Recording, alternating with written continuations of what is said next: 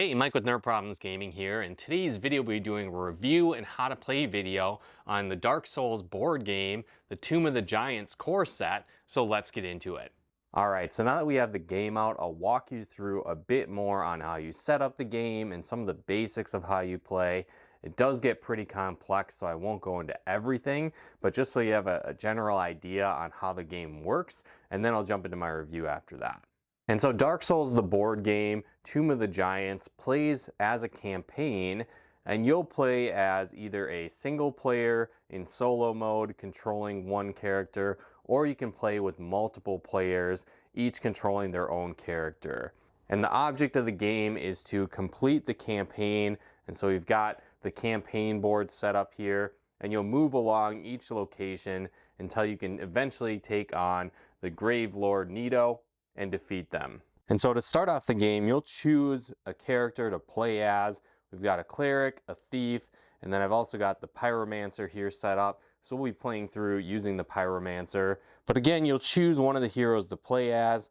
You'll have their starting board here. You can see their highlighted stats in yellow are basically the base stats. Over time, you can increase these and you'll flip these over, indicating which tier that you're on. You also have your stamina and damage meter here at the bottom. You want to punch these out. Again, on the back side, you've got the different stamina symbols here, and then on this side you have the damage. So punch those out and choose your starting characters. Again, in solo mode, you'll just simply play as one character. If you're playing with multiple people, have each person choose one character. So again, I'm playing here as the pyromancer, and so to start off the game, as I mentioned, punch out these bottom things. And then you're also going to find the starting equipment for the pyromancer. And so in this case, you can see it has this little hand with a flame symbol. You want to look for item cards in the treasure deck that have that symbol. And so you can see here, these are actually the starting equipment cards for the pyromancer. So I've got their armor, a couple different weapon types, a shield, an axe, and their pyromancy flame. And so how this works, you're going to be equipping your character with these items, and so the character cards have a slot for each item type. So you've got your armor here in the top left, you've got different right hand and left hand. Again, depending on the card that you're looking at, some of them have this single hand symbol, meaning that they can be equipped in a single hand. Some of them have a double hand symbol. None of the pyromancer's starting equipment has that symbol, so again, each one's a one-handed item. And then you also have a backup slot here. This can hold up to 2 items of any type. And so again, as I look at the pyromancer here, I've got the armor equipped, I've got the pyromancer flame, I'm holding the shield in the other hand, and then I've got my hand axe sitting in my backpack or outside inventory. On top of that, you want to give every player a luck token, an Estus flask, and then the option to utilize their hero ability. Next step is you want to set up the campaign dashboard here. And so you're going to take this Bonfire token and you're going to set it depending on the number of players. So if I'm playing a solo mode game, I would set the Bonfire to 5. That's what I'll be walking you through. So set that dial to 5 if you're playing solo. From there, also set up the Black Knight card. They're going to be positioned on this skull icon for the mini boss. You also want to set up Grave Lord Nito and his cards down here at the end with his symbol. And then you also want to set up the different treasure and event decks. And so event decks are just going to simply have this little map symbol. You can set that stack here. You're also going to have a bunch of base treasure cards. They don't have any icons, just the treasure symbol here. So put those in a deck together. You'll also have character specific treasure cards. And so this will just be a white symbol of your character's icon. Shuffle those into the base treasure deck to start. So again, shuffle these in to the treasure deck, shuffle them thoroughly. Again, this is going to form the base treasure deck for you. Again, that base treasure deck will just sit on that treasure icon spot with the little treasure chest here. There's also some cards considered transposed items, and so they'll have your character symbol. So again, it's got the little burning hand here in white. It also has the blue dot on them. These are more advanced character treasures specific for your class. Set these off to the side. They'll be added to the treasure deck later. Also find these ones with the orange dot. These are legendary treasures, also being added to the deck later. You'll have some Gravelord Nido items. Again, they have the dark red symbol with the Gravelord Nido picture in the top right. Set those off to the side as well. And you also have some Black Knight treasures. Set these off to the side as well. Again, they've got that red icon and the Black Knight picture in the top right. Over on the side, make sure you have the monster cards available. You can set some dice off to the side as well, and the monster figurines, just so you have easy access depending on what event and encounter you're on. You also want to set up the encounter decks, and so there'll be 3 types of encounters, basically a 1 soul level, a 2 soul level, and a giant soul level. Make sure they're separated into their each respective piles, shuffle them up, and set them off to the side within easy reach of your dashboard. Again, you can go 3, 2, 1, and you'll be drawing these as you progress through the game. Give the starting player this aggro token, or if you're playing solo, you'll just always have that. Find your character model, set that off to the side, and you're ready to start your campaign. Alright, so again, the object of the game is to defeat Gravelord Nido before your fire token reaches 0. If it reaches 0, you lose the game. And so you'll need to complete all of the different encounters all the way up to defeating the Gravelord before your fire runs out. And so when you start off the game, you'll have your party token, you'll be sitting at the bonfire, and now you'll progress through different encounters as you go throughout the campaign. And so to start off, you're going to move to this first section, and you'll actually draw 2 cards from the associated symbol. So right now, we've got 2 potential encounters, and you'll be able to choose which one you want to do. And so again, pay attention to the characters that you have, their abilities, maybe what monsters you're good against.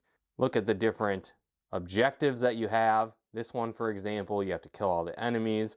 This one, you have to place a torch on a shrine node. You can look at the different rewards, different special rules that are happening on the encounter, different things like that. So let's say I take this Grave Matters. That's going to be the encounter we're going to go with. I'll actually take this one that I didn't choose, shuffle that back up into the encounter deck. And so again, it might come up again later. It might not. We'll see. And so now that you've chosen which encounter you're going to do, you want to set that up. And so you're going to look at the different icons here on the map to see how you want to play this scenario. And so each tile pretty much doesn't matter. You can choose any one that you want as long as it has the associated symbols here on the right hand side. So again, this panel, for example, fits what I'm looking for. You can also kind of put it in any position as long as it matches the setup listed on the encounter card. And then you're going to simply follow what's listed on the encounter card. So it's a little hard to see here, but it's showing you what enemy types you're going to place on those different symbols. So on the single sword, I'm going to put a skeleton soldier and a skeleton archer. The double sword will be that as well. If I go to the purple symbol, it's kind of the star shape, nothing goes there. And then the purple symbol with the lines through it, I would put the gravestone in that location. And so that's how I'm going to build out this card. So as I mentioned, we've got a skeleton soldier and archer there, and we've got that same setup on the other symbol. And then we had the gravestone on the symbol with the line. And then these little golden symbols indicate where you can place your starting characters. So I can simply choose any one of those that I like. So let's say I put my character there, for example. Now, typically how the encounter works is that you alternate back and forth between the enemy characters and your hero characters. And so typically enemies will attack the first round or have their actions, and then it will move to one of the hero characters and then go back to the enemy round and then on to the next hero character. Since we're playing solo mode, it'll just alternate back and forth between the enemies and the hero. And this encounter actually has a special rule where enemies will skip their first turn. So I'll have kind of a first turn advantage in this case. And so when you're playing as the hero, you'll have several things that you could do on your turn. You can move or you can take an action. And you can do those in any order. You could take your action first and then move. You could move, then take an action. Doesn't really matter. Choose what fits best for the scenario. You can also interact with different items on the map. There could be a variety of things there. In this case, we have a gravestone, but you might have levers that you could pull. You might have traps that you could encounter, barrels you could destroy, and much more. And so in this case, we just have that gravestone. And so if I did want to interact with that, you can actually be adjacent to a gravestone. If you wanted to interact with that, you would use it as an action instead of your attack. I would simply flip this over. And then what a gravestone does is you could examine the treasure deck or the event deck or the encounter deck, see if you like it and put it back on top if you do, or you could discard it or put it at the bottom of the deck if it was something you didn't like. And so it's kind of a cool way to see what's coming potentially in a future round. However, we're not going to do that, so we'll just reset back to the beginning. And so at this point, I could take actions, I could move as I mentioned, or potentially attack enemies. Now at the start of every turn, your characters are going to have an upkeep phase. And so how that works is your characters would recover 3 stamina. So if you had been using stamina to move around or attack enemies, use your abilities, you'd actually recover 3 of those. And so again, you would take those out. And you have this limited supply bar of stamina. And so how this works is as you receive damage from enemies, you'd put a skull into the far end and then again fill those up as you receive damage. And then when you do actions, you'll fill the bar up, moving to the right, full of the stamina. If the entire bar is ever full, your characters die and you lose the encounter and you need to go back to the bonfire. This is also true if you're playing multiplayer. If any one of the heroes dies, you'd return to the bonfire, even if there were other survivors at the time. Another thing that you can do at this point during your upkeep phase is switch equipment around. So if you had some equipment in your backpack, you could swap those.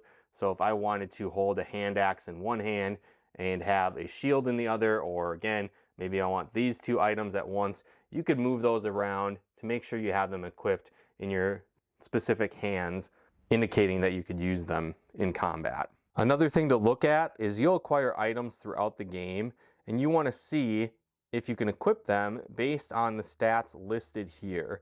So in this case, I would need intelligence of 14 to be able to equip this pyromancy flame. I do have that. My intelligence right now is at 14, so I could use that item. Obviously, all your starting equipment you can use at the beginning of the game, so you don't need to worry about that. But just pay attention to that as you progress throughout the game. There's also some different stats that you want to pay attention to as you look at your card. This top symbol is the range of your weapon. And so if you are attacking enemies, they would need to be on your specific node. These are the different moves or actions you can take on the card. So for 0 stamina, you could roll 1 black die for an attack. Or if you spent 3 stamina, you could roll 2 black dies. Again, there'll be different die colors here, potentially when using an attack. Also, sometimes there's this yellow symbol. This just indicates that the attack is a magic attack. And so when you're attacking enemies with that type, you would use their resistance versus their defense. And so if I look at an enemy, this is their resistance number, this is their defense number. And so pay attention to that when you're attacking enemies, as it might dictate what attack you want to use when you're attacking them. Other things to pay attention to are the numbers on the bottom here. So this bottom left corner indicates what number of die you'll use when rolling a defensive roll for a physical attack. This next one indicates how many die and type of die you'll roll for a magic-based attack. This indicates how many dodge dice you'll roll if you need to dodge an incoming enemy attack. And then this number indicates how many times or how many items you can use to upgrade that piece of equipment. In this case, you can't upgrade this at all. Other things to note is you've got this luck symbol. You could use this and basically move it to its exhausted side. When you do that, you could re-roll 1 die in either a dodge move or an attack roll, whatever the case might be. It lets you re-roll something 1 time. You've got your Estus Flask. This would completely heal all of your stamina and damage 1 time. Again, it's kind of a one-time use. Sometimes when you complete encounters or have special items or events, it could refill, but it's kind of a one-time use thing, so pay attention to that. You also have this heroic icon. This lets you use your special power here 1 time. Same thing with the Estus Flask and luck. Occasionally you can restore those as you progress through the game, but they're kind of a one-time use thing, and you can do that anytime within your turn. We also got this ember icon. This is something you can acquire later, and it can basically help you reduce incoming damage from enemies. If they do a really big attack against you of 3 damage or more, it will reduce it by 1 damage point. Another thing to note during this upkeep phase, when you're restoring your hero's stamina and switching any items that you choose, is that the other players could move their character at this time, but they can only move 1 node. So as we return to the board, again, as I mentioned, you can move or you can take an action. Another thing that you can do when it comes to moving is typically you can move 1 node that's adjacent to your character. However, if you did want to sprint, you could spend additional stamina, 1 for each additional movement that you make. In this case though, I think I'm going to use my Pyromancy Flame. So I've got this in my left hand here, and it has a range of 2. And so these Skull Soldiers are actually within that range, so 1 node, 2 nodes. So I could attack them from where I am. And let's say I want to use this more powerful version, so I could spend 4 stamina to roll 2 black die. It's a magic attack, and this little symbol is an area of effect symbol, meaning that if I attack a node, it would hurt any enemies on that space. So again, that's what I'm going to do. I'm going to spend 4 stamina, 1, 2, 3, 4, and then I'm going to roll 2 black die because that's what it was indicated, and I did 2 damage worth of that. And so I look at the skeleton archer and soldier because they're both on that space. It's a magic attack, so I'll look at their resistance. So I did 2 swords minus their 1 resistance, meaning I do 1 damage. And so I do 1 damage towards that enemy's total life total. In this case, they each have 1 life. So I did 2 damage minus the 1, so 1 in total. So they actually both die, so I can remove them from the board. So again, I defeated these. I'll just remove them from the board. Now I could choose to move if I wanted to. I'm not sure I actually want to right now, so I can skip that. Again, you can skip things at any time. You don't need to move and take an action. You don't even need to take an action if you want. You could simply bide time to the next round to regain stamina, whatever you think is best. So in this case, my player's turn is done, and then we'll move on to the enemy turn. And so we've got a couple skeleton soldiers left here, but we need to see what they actually do and who goes first. And so you want to look at the number here in this top left corner. This would indicate who would go first. So the higher number will take their action first. From there, you actually look at the enemy cards to see what they do. And so this indicates that they're going to move 1 space towards the nearest character. And if I happen to run into a character throughout this movement, I would push them. That's what this little shield with arrow means. And if it's a successful attack, it would do 2 damage. The enemy also has a range of 1, so pay attention to that as well. And so again, since the skull character moves first, it's going to move 1 closer to the nearest character. And then if it's an attack range, it will. So it looks like it potentially could cause me bleeding damage if it's within attack range. So I need to make a dodge roll to escape that potential attack. Now to determine how many dice you roll, you're going to actually look at your character's equipment to see what that is. And so the first thing you want to do is look at this little dodge symbol on all of your equipment that you have equipped. And so right now I just have the 1 dodge symbol on my armor. So that means I'm going to roll at least 1 dodge dice. And then this is a physical attack because that's how the skeleton soldier attacks, is physical damage. And so I'm going to look at the furthest left shield symbols and count those numbers. And so between what I have a shield equipped, and it looks like I roll 1 blue die. Now jumping back to the skeleton soldier here, I need to roll a 1 or higher if I hope to dodge that bleeding attack. So again, I just roll. Looks like I've got a total of 2 swords. So I rolled a 2. I rolled a 0 on the dodge die. That's fine. You total up the number here. So 2 is definitely higher than 1. So I successfully dodged that attack. From there, I'm going to move on to the skeleton archer's turn and see what they do. So they are going to do a physical attack. That's what these sword symbols mean. And they're going to attack the person with the aggro token. And they have an infinite range. So they'll be able to hit me wherever I am on the tile. And so again, with this, I need to roll a 1 or higher on my dodge die. It's a physical attack. So again, similar to my last dodge attempt, I'll use the green die and then a blue die based on my equipment. So I rolled a total of 2 here. and I just needed a 1, so I successfully dodged that attack as well. Moving on from the card, this archer is going to move 2 spaces away from the aggro person. And so again, these guys are scared, so they're going to run 2 spaces away to be as far away as possible from my character.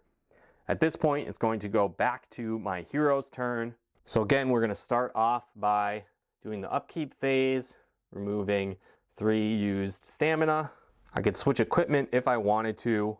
Other players would have a chance to move 1 space. The new player's turn would get this aggro token. Again, I'm just playing solo, so I'll keep that. And now I have an opportunity to complete my turn. So again, it looks like the skeleton soldier is in my range for my pyromancer flame. If I wanted to use that again, I could simply just spend 4 stamina if I wanted to use the bottom tier ability. I think I will. So again, I'll just spend that stamina, 1, 2, 3, 4, and now I can use that ability, which again was the 2 black dice. I rolled a 2 again, and so if you recall in the skeleton soldier, they have a resistance of 1. I rolled 2, so that means 2 minus 1. I'll do 1 damage. It only has 1 health, so I killed that skeleton soldier. So again, I'm just going to remove that from the board. I could choose to move if I want to. I think I actually will, to get a little bit closer to get this skeleton archer within range. At this point, it's going to go back to the skeleton archer's turn, since it's the enemy round now that I'm finished, and they will take a turn as well. So let's say I defeated that archer as we continue to play through the round. I met the objective of killing all the enemies, and so at this point, I'm going to gain the rewards. So when we look at the rewards section, first off, you can see that I'll gain souls. There's actually a little person symbol there with an X through it. That just means the number of players playing. So I've got 1 character right now, plus 2 souls, so I'll gain 3 souls. So I'll just put 3 souls here in the souls area. That's basically your souls gathering inventory. Looks like I also get to search the treasure deck for a firebomb.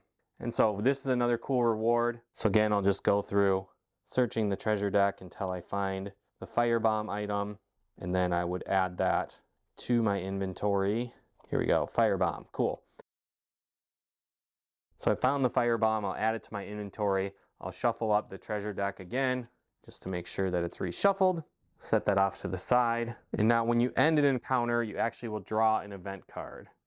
And so there's different types of events. Some happen instantaneously, which it looks like this card is. Some of them will affect the next encounter. Others are kind of a use case card where you might be able to use them at a specific time, or they might activate at a certain time. And so this one, for example, it says choose a character. That character flips all of their character tokens to the ready face. So if I had used something like my Estus Flask or my Luck, I could flip that over to the unused side so I could use it again later on. I'd then just simply discard this card. Now that I cleared this encounter, I could actually turn this sideways, indicating that I beat it. And at this point, I could choose to return to the bonfire if I wanted to, or I could move on to the next encounter immediately. I'd probably move to the next encounter, but just for example's sake, let's say I go back to the bonfire, I could heal my characters. Now when you return to the bonfire, you actually have to move the counter down 1, indicating that you used the fire. And again, if this reaches 0, your characters will lose the campaign. So again, I've moved it down to 4 now. I would heal my characters, restore their items to the flipped over side for ready to use. And then I also have a couple other options I could do while I'm at this rest location. Now, one thing that you can do is upgrade your character. So when you see your character, they all start at the base stat tiers, but you could upgrade them to tier 1, 2, and 3 by spending souls. Now, when you reach the bonfire and you want to upgrade your character, you can spend souls to do so. And so again, you could spend souls to upgrade from a base to tier 1 to tier 2, or tier 2 to tier 3, and you need to spend those souls accordingly. Again, you can only jump from one space to the next tier. You can't go from like a base all the way up to tier 3 just by spending that amount. You have to do each incremental level as you progress. However, you could level up multiple times, so you could spend 2 souls to go to tier 1, and then spend another 4 to go from tier 1 to tier 2, etc. And again, you might want to upgrade your stats to equip better equipment, again, based on the numbers here on the left side of items.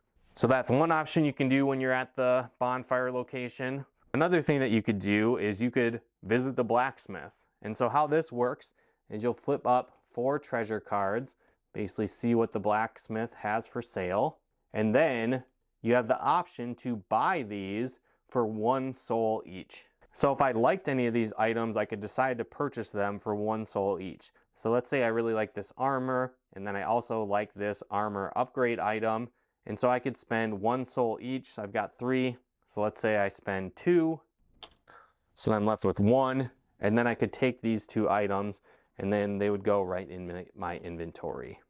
Any remaining items I chose not to purchase would go at the bottom of the treasure deck to potentially be drawn again later on in the game. Again, these items, if I had the stat points to equip them, I could simply put them in my inventory on my character card and start using them right away.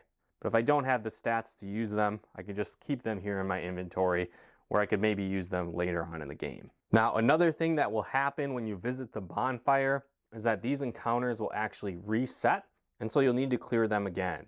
The good news is though that you get the rewards for them playing through a second time, and now you've actually beaten them before. Hopefully your character is a little bit stronger, so it might be a little bit easier to clear the next time.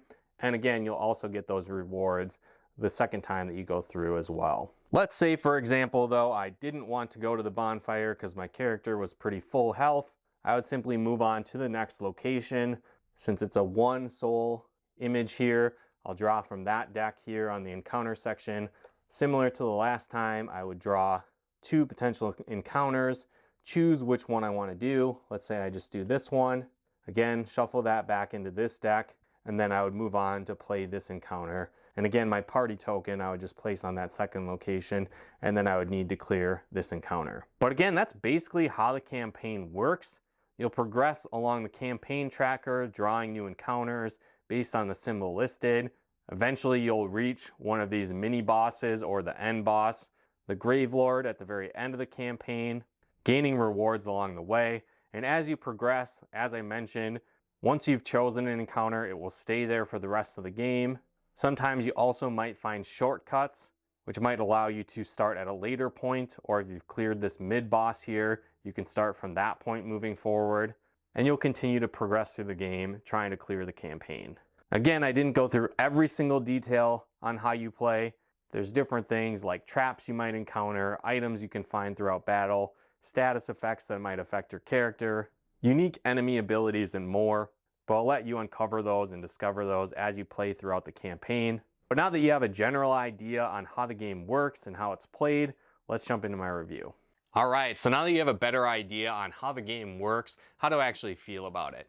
Well, for me, I really enjoyed this game. Certainly, it's pretty complex. I would say that the game has a very high learning curve. I think if you like dungeon crawler, RPG style board games, you'll definitely like this, especially if you're a fan of the Dark Souls series. I did feel like it played a lot like the video game, but in board game form. I thought it was cool that you could choose from a variety of characters like the cleric and pyromancer and thief, giving you that base character to choose from, and then you could expand on them and level them up, increasing their stats as you progress throughout the game.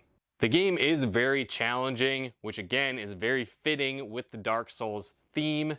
I also do like that it was a campaign style game where you would progressively go through areas, and when you return to the bonfire, kind of all the enemies and encounters would reset, very similar to the style of gameplay throughout the video game. It did kind of also give you that feel like the video game where you would need to analyze the enemy patterns, similar to how in the board game you would analyze the encounters, understand how they work, and as you progressed and got better, you could clear them more efficiently as you go through. This could help you again get more souls that you could use on items to purchase from the blacksmith or to upgrade your character. The game plays pretty similar whether you're playing in solo mode or in co-op mode. Each player would just control an additional character if you're playing with multiple people, but the overall feel of the game stayed pretty similar whether you were playing alone or with multiple players. It was cool to see all the imagery and different items that the characters would find as you play through the video game, and that came to life in this board game as well, which I really liked. I will just say it's a little challenging to figure out the rules. There's a lot of intricate details to find out how everything works, how the combat works, how you use your items and stamina, the defense rolls, different things like that. I felt that that was a little challenging to grasp at first. And so it probably took me like an hour, maybe a little more, to actually figure out how to play the game and set it up for the first time. And so you should definitely know that going into it, that it takes a bit to set up the campaign. And I would definitely recommend setting it up in an area where you could leave it and come back to it. The outside of the box says it takes about 2 hours to 2.5 hours to play. I really think it takes a lot more than that. You're probably looking at like 4 to 5 hours potentially if you're playing through the entire campaign. Maybe if everyone that's playing knows exactly how the game works, how they can use their character most effectively, sure, you could maybe do it in 2 to 2.5 hours. But for most players, it's probably going to take a lot longer than that. And so something to be aware of. So like I said, I would definitely set it up in an area where you could play for a couple hours, come back to it on a later date or later on in the day, because it could be a pretty lengthy game session if you're going to try and play the entire campaign all the way through. I do think the game has a pretty good replay value. Again, as you're going through, you're going to face different encounters in different orders, and sometimes you're not even going to face all the encounters as you play through the game. On top of that, there's a couple different bosses. So you've got the Black Knight, you've also got the Grave Lord that you'll face off against. And I didn't go through it in the tutorial how you set that up and play as those characters when you're facing off against them. But they have a large deck of abilities to choose from, so it's a little bit different than an enemy encounter that you typically play against. But it's kind of cool how that functions, because you'll draw different cards, and what cards you draw will indicate what move the enemies will make. And so these boss fights are a little bit more intense than your standard fight. And they actually have quite a large deck to pull from for their abilities. So each time you play through the game, they might have a different attack pattern. They might have different attacks they didn't even use the first time. And so that's another cool element that I think will add to the replay value as well.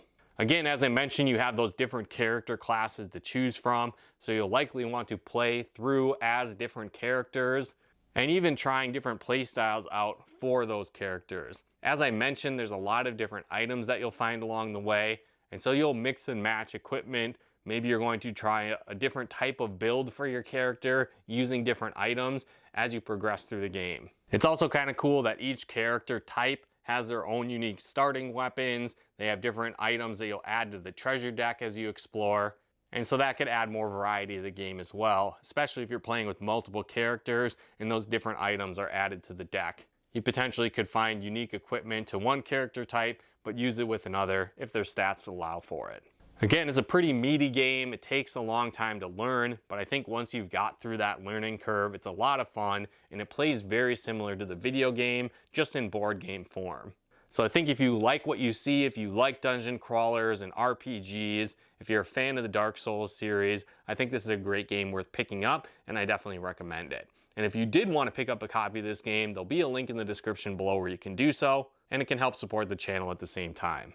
But let me know your thoughts on this game. Have you played any of the Dark Souls board games before? Do you think this looks like a cool version to pick up? Let me know your thoughts in the comments below. And if you like this video, be sure to hit that like button, as it really helps out the channel. And if you'd like to help support the channel, pick out content and more, consider becoming a patron of ours over at nerdproblemsgaming.com/Patreon.